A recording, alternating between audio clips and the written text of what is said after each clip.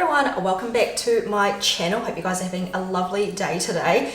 This is going to be an updated 5 things that I have learned since owning a German Shepherd. Okay, so if you guys are new here, my name is Vanessa and this is Shadow, my almost 6 years old German Shepherd. So this video I did in November 2020 and I decided that it's just time to do an updated version. I feel like so much has changed since that video. My relationship with Shadow, we've moved into a new house, a new environment, our new life, new people in our life. Just, yeah, so many changes since that last video in November. Please just note that I am not a dog trainer. This is my first dog ever. I've never had experiences with other German Shepherds before I owned him, and everything that I'm going to be talking about and discussing in this video is purely just my own opinion, my own experiences, and my views, okay? So take it with a grain of salt if you will, but I just want to put that out there. These are the things that I have learned over time now with almost 6 years under my belt with owning a German Shepherd, and things that I wish I knew earlier, things that I've just learned along the way. And yeah, some of these things are the same fundamentals, the same facts and opinions that I stated in my previous video, but obviously now with 2 more extra years that I've had with him since that video, a lot has changed and a lot of my experiences are a little bit different. I can go more into depth about things, I can talk more about it, there's more of an understanding, and you know, all of that good stuff. So I really do hope that this video, my experiences that I'm opening up to you guys, is going to help at least one person, whether you are looking to get a German Shepherd, whether you already have one, or I don't know, whether this is just for entertainment purposes. But let's get into this video. Alright, the first point I want to mention, and something that I did also mention in my other video, is that German Shepherds, I've learned over time, are a lot of work in every sense of the way. What I will say is different this time around, and now that he's a little bit older, is that he doesn't require that much attention from me or other people. He has definitely chilled out, calmed down a lot more. He's a lot more passive as a dog, and he can be left alone for, you know, 5-6 hours just by himself in the house. But yeah, for the first few years in a German Shepherd's life, in my opinion, they do require a lot of attention and work. They are high energy dogs and do like to do things all the time. And just a side note, a lot of these things that I might be mentioning might also be relevant to other breeds as well, but obviously, you know, for me, this is very specific to this dog that I've experienced with him. They require a lot of work, a lot of exercise, and exercise I could not emphasize enough. Exercise is such an important factor in actually having a good trained, a calm and obedient German Shepherd. Exercise is probably number 1 on the list of things that you just really need to put time towards and really work at. It's like the foundation of owning a German Shepherd, okay? So they are like working dogs. Because Shadow is not a, you know, farm dog, he's not working on a, he's not, you know, living on a rural lifestyle block where he's got a lot of places to run around, a lot of area. We do have to take it upon ourselves to exercise him and give him enough exercise, whether that's physical or mental. Mental stimulation is also a massive contribution to exercise. It doesn't have to be physical, it doesn't need to be runs or walks or anything like that. But so what I mean is, it doesn't have to be all physical exercise. Actually, mental stimulation is really crucial as well as physical. So just what we do with him at the moment, for example, is he gets about 3 to 7k runs almost every day, and then I do about 2.5 to 4k walks with him almost every single day. So he gets a lot of exercise, and then on top of that he gets mental stimulation. We do a lot of like scent work around the house and in the garden as well. We like to hide a lot of his objects or treats in the garden, in different areas around the house, and just make him find that. Sit.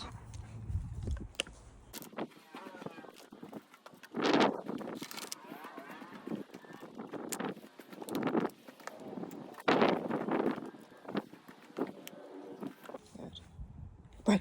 Go find it. Go find it. Where is it? Where is it? Where is it? Good.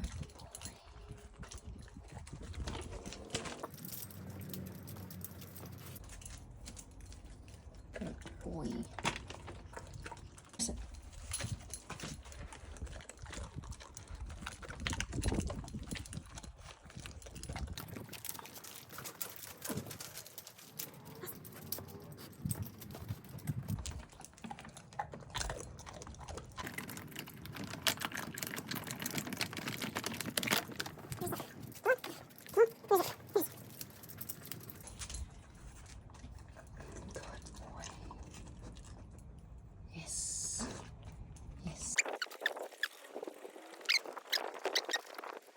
Close.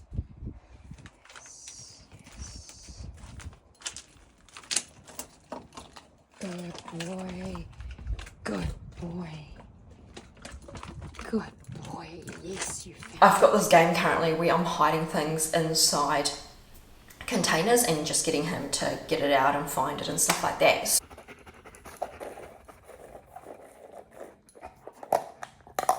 Good boy. Good boy. He also goes to doggy daycare once a week, and I finally found one that I really, really, really like. I love the enrichment that they give the dogs. I like how it's set up, and they've actually got special needs people come in weekly, or almost every single day I think. They come in and play with the dogs, and you know, they think it's like their job type thing, and it's really cool actually. So I love that he is, and this will kind of get to another point, you know, well socialized in the environment with other dogs, other people. There's all these random people that come in regularly into the doggy daycare. And in terms of other exercise, as well as what I talked about before, we do go on walks and tracks and hikes and all that stuff.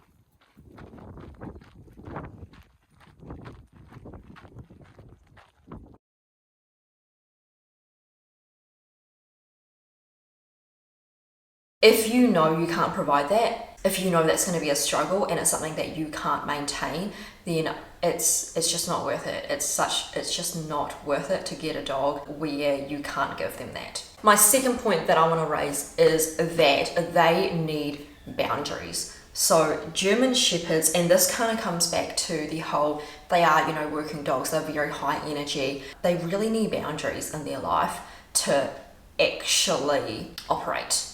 And this is one that I know I won't be able to explain that well, but I'm going to try my best to. So this also relates to leadership, boundaries, consistency. If you guys have watched a video that I put out maybe like a year and a half ago, he did go to some sort of training camp. Okay, so I was lacking leadership in my relationship with this dog, and it was something that they had, you know, realized and told me because there were issues going on. Okay, so go watch that video if you want more detail, because I'm not going to go into that. But there wasn't enough boundaries and consistent boundaries in his life, and he was acting up. And alongside that, obviously, I wasn't providing the leadership that he needed, enough of it at that time. Okay, so this is a really big topic that I can go on and on about, but I'm going to shorten it for this video specifically. Boundaries and consistency is actually really simple, but it's something that is, I would say, maybe difficult for a lot of people to stick with. So this is really important if you live in a house with other people as well. Boundaries are things that he can and cannot do, or areas that he can and cannot be in. We have very specific boundaries in this house. So one of them is he actually can't be on furniture. He's not allowed on the sofa, he's not allowed on the bed. So how this is really important with the other people in the house is it needs to be kept consistent. So these boundaries that I have given him as the, I guess, primary owner, other people in the house that live here also need to stick by those. Otherwise, it's just not going to work. It's going to be so confusing if he's given different boundaries from different people, if he's allowed to do things with someone else and not allowed to do it with another person. It just gets really mixed up, and that is not good for a dog, especially for a German Shepherd in my opinion. Their world is very black and white, okay? So there should not be any grey area. This is something that I heavily emphasize and something that I like totally am passionate about. Shadow. Here. Come here. Good come. Go. Good come. Sit down. Okay, that was great. This is a prime example, and I guess a lot of other dogs do this too. This is another point that I was going to raise is, yeah, okay. Good come though, good come. Another point I wanted to raise was how territorial and protective German Shepherds are. And this also kind of relates back to the whole leadership and boundaries is if you don't have those foundations in place, the territorialness, the protectiveness is completely blown. It's completely just this, it's a very dangerous thing. You know, they can attack people. And I know a lot of dogs can do that. I know any dog has the ability to attack someone, to bite someone, I know that. But with German Shepherds and their behavior and just the way that they don't trust people until they know you, until they get to know you, until, you know, you've given them that trust. But they're definitely not a breed that automatically trust people. So I know a lot of other breeds, and I've seen a lot of other dogs where you can just walk through their house and they trust you completely, nothing's gonna happen, and they're just like, oh my god, pat me, you know, type dog. He is not like that, and I feel like a lot of other German Shepherds are not like that either. When you walk through this house, so I'm not gonna say his because it is my house, and that comes down to the leadership thing as well, that he needs to know that this is my place, right? It is not his place, I am the leader. No one is gonna be able to walk through this door very easily. And that is why we still to this day meet people that we know are gonna be coming to the house at a different location that is just a little bit further from the house. So whether that's a park or a street corner, or yeah, just something that is like a minute away from the house, because it is really hard for a visitor to actually just walk in freely and comfortably. He does not like that. He is very protective, he is very territorial. That was one of my issues from a few years ago, and why he went to that training and all of that stuff. So yeah, I feel like that video is really useful and something that I would highly recommend you go and watch, because I go into a lot more detail into this behavior and into the whys and where, who and when and all that stuff. And like you saw before, yeah, he barks when something triggers him outside. So whether that's a large loud van that drives past, whether that's the courier driver shutting the door, whether that's someone knocking on the door, those are his triggers. And yep, he barks, that's fine, that's to let me know, you know, something's up. But then I call him straight back here. I call him back, I'm like, hey, cool, thanks, I got it, thanks for letting me know, but let me take over now. Sometimes he'll continue barking, but he's here. He's not at the door doing it, he's here. And I go walk to the door, and I open it, I answer it, whatever, and he's still here until I have another command where it means he can move. Shadow, come here. Come here.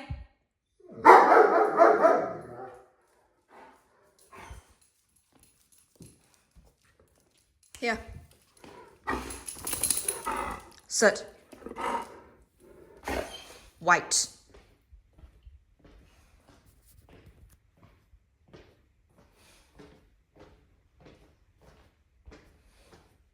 Wait.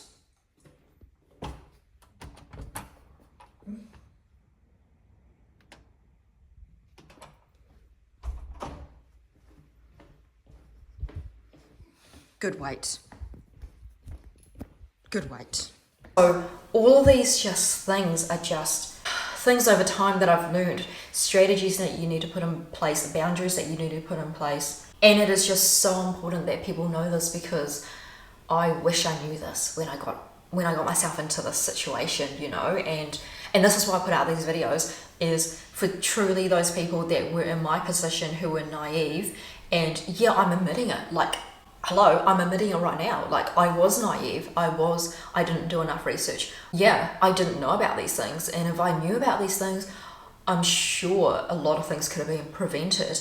And I'm sure the relationship and the life at the very, you know, from 2 to, I guess, 4 years old, a lot of those things would have been better. But that's fine. I mean, I've learned it all now. I've learned my lessons. I've grown and developed, and I'm now a massive advocate for so many things when it comes to high energy, territorial, protective, large dogs that can really do damage if something does happen. And it can quickly escalate to that if you don't put things in place like boundaries, for example, okay? So I know I'm really hammering this in and I'm talking about this a lot, but hopefully someone out there that was like me is gonna watch this part of the video and really think twice about getting a dog like this, and really just realize the amount of work and things you need to put in to make it a nice relationship and life with a German Shepherd. Okay, so I think I'm up to my 4th point now. And this one, again, it really just like intertwine and relates to a lot of my other things that I've brought up today, but Socialization is really, really key when it comes to, I want to say, like all dogs, and especially something that I've learned with him, you know, with the whole territorial protectiveness, that behavior, it is really important that is socialized with a lot of different people and dogs as well, but people especially, to just know that like not everyone is bad, like there are a lot of really, really good people in this world, and that just to be exposed to that, you know, because like I've mentioned before, if you meet him for the first time, he automatically doesn't trust you. You need to gain his trust, okay? So he's not that type of dog that will just cuddle you, come up to you, blah, blah, blah, and just love you straight away and just like fully trust you with your life. He is not like that. He almost in a way sees the world glass half empty as opposed to half full. And I feel like that's very common in how German Shepherds are wired. So it's very common with a lot of other high energy territorial breeds like this, I feel like. Well, anyway, especially with him, you know, from my experience. So it's so important to me that he is well socialized. He meets a lot of people, and like I see, you know, it's doggy daycare, a lot of random people come through, blah, blah, blah, and all that stuff. He meets a lot of other dogs there. We go out a lot. You know, anytime we go out, you know, walking or running or whatever, obviously there's other people as well around. I am just so against dogs that never get to go out, that just, you know, hang around in their garden, that just get exercise at home and all that. I'm like, what are you doing to your dog? You're literally like torturing. You're literally like not doing it any good. I could make an entire video on this, but bottom line is socialization is just so important for German Shepherds. Okay, so my very last point is with this breed, and I think a lot of people do already understand and know this, is arthritis and hip dysplasia.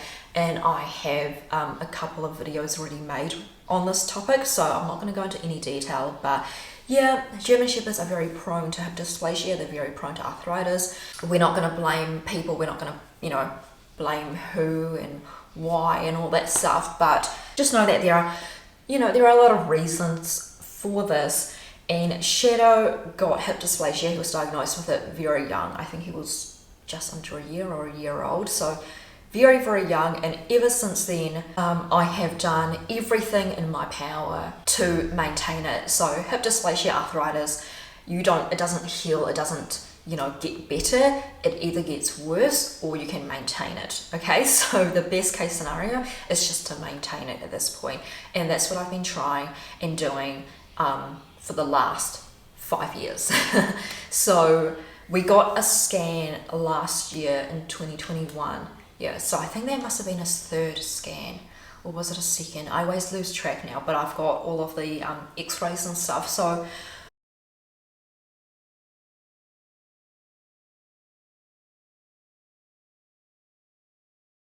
last year we got an updated scan, and it just showed that his arthritis has maintained in his hips, which is the best news you can ever hear when it comes to arthritis. Okay, so like I was so ecstatic, and it just really proves and show that everything I have done and all the effort and time that I've put into it, the research, all that has really, really paid off, because it's just maintained. And the vet were actually really, really shocked, and they were just really impressed actually, which is awesome. You know, they were like, whatever you're doing, keep doing it, because throughout all the x-rays that we've done, his second and third one has just maintained. And they were like, we're happy with how it's going. We're actually so happy with it that you don't need to come in another year or even like another couple of years before you get the next scan, because whatever you're doing is obviously working.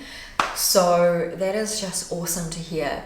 But just note, it is something very common in German Shepherds, so you do need to do things, put things in place to help with this, to maintain it. I might do an updated video soon, but for now, I would recommend just going to, I will link it here somewhere, of my last hip dysplasia video, of the things that I've been doing to maintaining it. Alright, so I think we're at the end now. I think that's all I had to say. I'm sure there's other things that I could probably add on and carry on with, but I don't want this video to be like a freaking report or like a Bible of, you know, German Shepherds. But yeah, I really hope that this has maybe even helped just one person, giving you some insight, even if you might not be getting a dog like this, or if you are, you know, whatever it may be. But I really hope that my honesty, my openness, yeah, like I mentioned, please go watch the other videos where I'm much more, where I go into much more detail about some of these things, go watch those videos because they're going to make more sense. For this one, I've just tried to keep it short and on the surface,